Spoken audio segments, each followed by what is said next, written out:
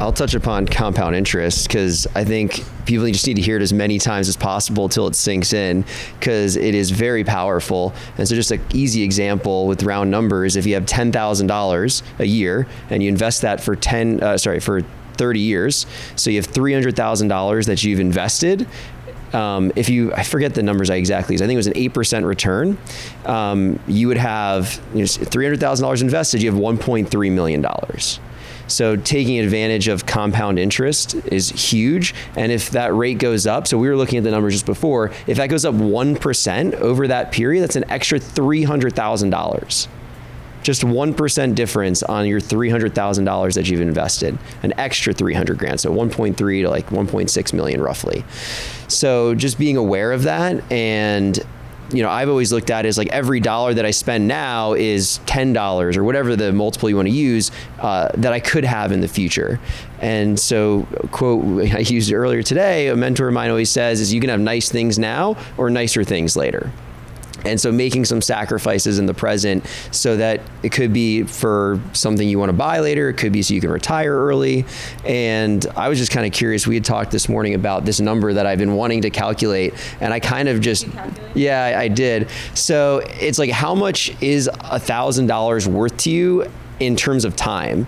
And so if you, like some people I always think about financial freedom or retirement, not that you necessarily will stop working, but you can just do whatever the heck you want. Maybe you go work on climate change or on some other good social cause, but then you don't have to worry about money because you're financially free. So that's what retirement means to me.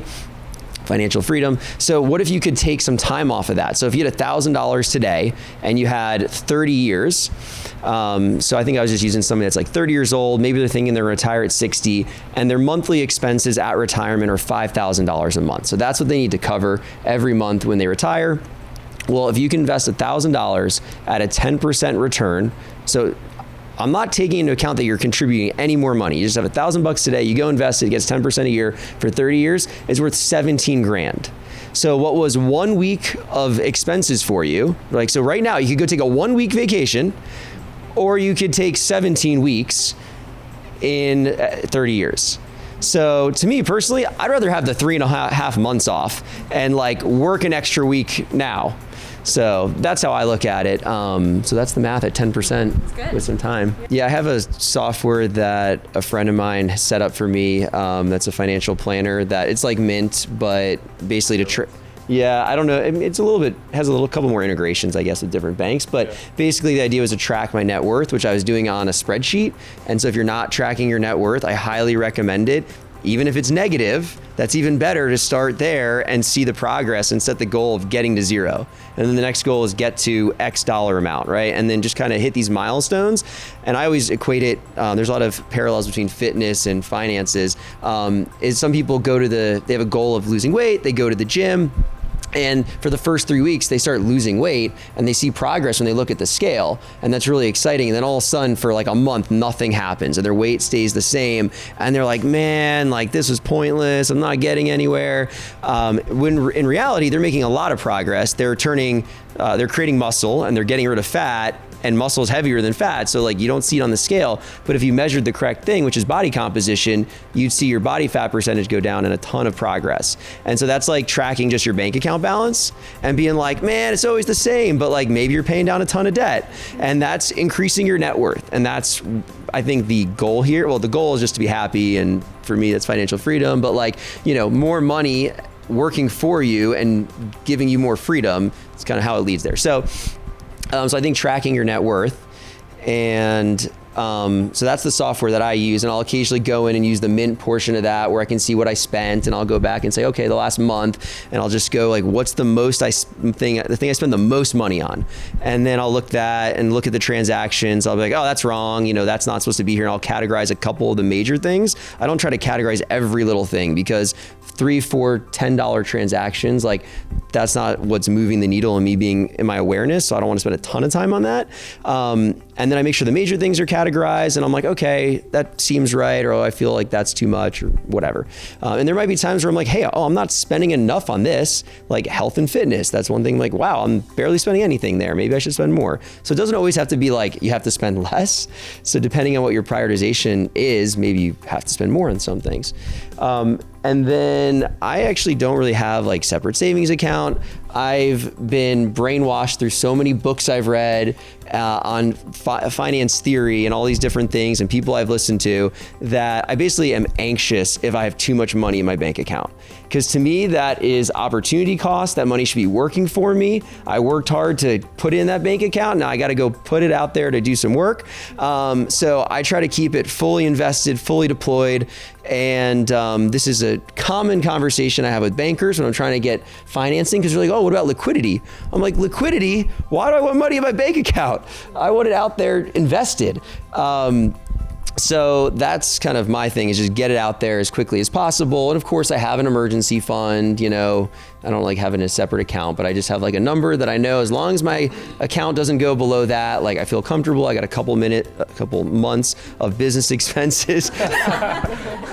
There was a time where there was a time where I was comfortable with minutes of money left in my account because I was like, what's the worst? I'll live in my parents' guest room. So I'm not very risk averse. So I'm willing to take a lot of risk. And you know, I'm willing to do that because I know I'm going to get a higher return. And I just want to be financially free as quickly as possible. So most businesses happen in seasons. There's usually like a busy season where you make most of your money. And what I've seen from most business owners in that situation is they spend more during that season to keep when their income goes up. So what I found works the best for people is it doesn't even have to necessarily, depending on what stage you're at, you could be a sole proprietor and just have two separate personal accounts, but one is intended to be your business account. And that's where all the money flows into. And I try to set people up with the mentality as if they were running Apple and they were Tim Cook. Tim Cook can't just go into the business bank account whenever he wants and buy things. So he needs to get approval and proper channels. So if you treat it with that type of a mentality and say, okay, this is my business account, all the money flows in there. I'm an employee and I get a paycheck, and you know, you can figure out what your monthly expenses are. You need $3,000 a month to live. That's what you transfer, and you could do it once a month. You could do it twice a month, you know, $1,500 twice a month into your personal account, and that's what you spend. And really try to make that break between your business and your personal stuff. So that way, when the business bank account is going great and it's got extra money in there, you're like, that's awesome. Doesn't mean you can't, you know, say, hey, you know, I really have been waiting to buy this one thing I need. Like, this is probably the time to do it, but at least it's a conscious decision that you're going above what you normally should be spending. And that extra money you can invest back into the business to improve whether it's your asset base or improve your income, but invest in yourself or just invest the money. Buy high, sell low, right? No, so, and I want to repeat the actual idiom, which is buy low, sell high. And just keep that in mind, because when the stock market drops, that's actually a huge opportunity. Things are on sale. Go shopping for good investments. And there's days where I wake up, man, I hope the real estate market crashes because I want to go buy more. So you could look at it like a downturn in the stock market or in the real estate market as a huge opportunity to go out and get some of those things that you feel like you missed out on over this last run up. And 10% drops in the stock market happen somewhat routinely. So take advantage of those, and maybe you have some extra cash, put it in, 10% drop. I like to leave a little extra cash. So if it goes down 20%, I'm putting even more in and taking advantage of those things. I'll touch on the real estate market because people often ask about it and people think we're at this high. I'm fortunate that I get a lot of different feedback from people. And so whenever I talk to somebody that's been in the area a really long time, they feel like the market is high and that it's a bubble and it's gonna burst. I talk to people from the coast, New York, California, they're like, man, it's a bargain. I'm coming in and buying more. So there's a lot of people, and I can tell you countless stories of people that have either held off on buying over the last 3 to 4 years or have even sold their entire portfolios in anticipation of a crash. timing markets is incredibly hard, whether it's the stock market or the real estate market. It's not even worth trying. Leave that up to the swing traders and day traders that are out there doing it. And I have actually a whole group of friends that do this. And it's very interesting. It's very emotional. Roller coaster ride. You don't want to be on that. Yeah. Some days they lose $40,000. So their perception of money is way off in terms of like, well, it's 40 grand. I'll make that tomorrow. Like, whatever. So the point is that, as Sarah Sarah was saying is that you want to make sure that you have if you have a long time horizon, then like everything's going to be fine. The Austin real estate market during the housing crisis dropped 4%. That's it. Barely a blip. I was talking to a guy that's been in real estate here for 30 years. He has like a couple hundred rentals, and he had people from around the country calling him being like, dude, this is brutal. We're getting crushed. You guys must be in so much pain there. And he's like, no, I haven't even noticed. Everybody's still paying their rent on time. And so Austin barely saw anything, and you can make arguments one way or the other if we're positioned better or worse for the next time. But what's going on here is what I like to call organic growth. These are people that are coming from California and New York and are actually moving here. This isn't foreign investment from overseas that's going to Vancouver and there's condos that are just sitting empty, right? That's an issue. We don't have that problem from what I'm seeing. I'm sure there's a little bit of that, but that's not like a huge issue where they're talking about it a ton. And I'm hearing all these stories about that. So overall, the people that are coming, they're buying because they want to live here. They have the income to support it. We don't have the whole subprime crisis where it's just, no loan, no doc loans. Just sign that you make enough and we'll give you the money. There's no 0% down for the most part, with some minor exceptions. So people are putting down 20%. Often there's first-time home buyers that are putting down 3.5% or 5%, and that's great. That's good to get people into homes sooner. I think that's important. But I don't think it's totally irrational. You see people list their prices at a high, and like we can run the comps and do the analysis, and it's like that's listed high, and then it sits. Buyers and their agents are rational. So I think what was going on and all these stories about 2007 where it's just like you're buying it and turn around selling it a month later for $50K more, which wasn't really happening here, I don't think. I think that was like California, Nevada, Florida, where we saw the big boom and bust. The other thing about Texas is that it tends to be a steady increase market. It's not a boom and bust market like California for a number of reasons. One thing that people complain about is high property taxes. I actually think high property taxes is good because you can't speculate as much because you got this big nut that you have to pay every month. And so you can't just if the taxes are super low, so what if it's empty for a couple months or I have very little rent, I'm covering it. So I think that helps keep it a little bit steadier as well. Don't settle for just the whatever, set it for, okay, this is tough because there is a lot of, you should set it, forget it, and all that stuff. That is good, but maybe not settle just entirely for that. Go out, read some more books, try to learn a little bit and understand how you can get better returns when you're investing. Because even just small differences, getting a 1% difference over a long period makes a huge difference. I did that the numbers I was talking about earlier, 8-9%, it was like 1.3 million, 1.6 million after 30 years. If you go to 14%, which isn't even double from 8, I think the number was it was $3 million. I forget, but it's a lot more is the point. The point is that when you compound, so going out and figuring, all right, what kind of investments are available that I could get 15%? I don't invest in anything unless I can get 15% return without doing anything. 20% if I have to actively be involved. So I've just not settled and taken a hard line on trying to figure out how to make that happen. And it's out there. And I've gotten 50% returns on some investments. The beauty of real estate and why I love it is that you can leverage. Unlike it's hard to leverage in the stock market in the same way, but people often don't think about this. But if you buy a $100,000 home, just for easy math, and it gets 3% appreciation, that's $3,000. Well, most people aren't putting $100,000 cash down. They might do a loan. They might put down 10%. So they only have $10,000 invested. So they just made $3,000 in appreciation on 10 grand. That's a 30% return. So you're 10xing whatever your return is. Now it's a double-edged sword. So if it goes down, you lose money twice as fast or 10 times as fast. But there's the risk, right? Yeah, but there's a risk. And, I don't see the Austin real estate market as risky in terms of, most people would agree that 5 years from now, real estate in Austin is going to be worth at least as much, if not more than it is today. Now, I don't know what's going to happen in the short term, right? Like 2 years, next 2 years, the market could go down. But if you have a long-term outlook, you don't have to worry about that. So leverage and using things to your advantage, like owning a home. Most people, if you ask them, that are retired, they might tell you their best investment was their home. Why'd they only buy one of them? But at least buy one. So if you haven't gotten started on that, I'm a huge believer in owning real estate.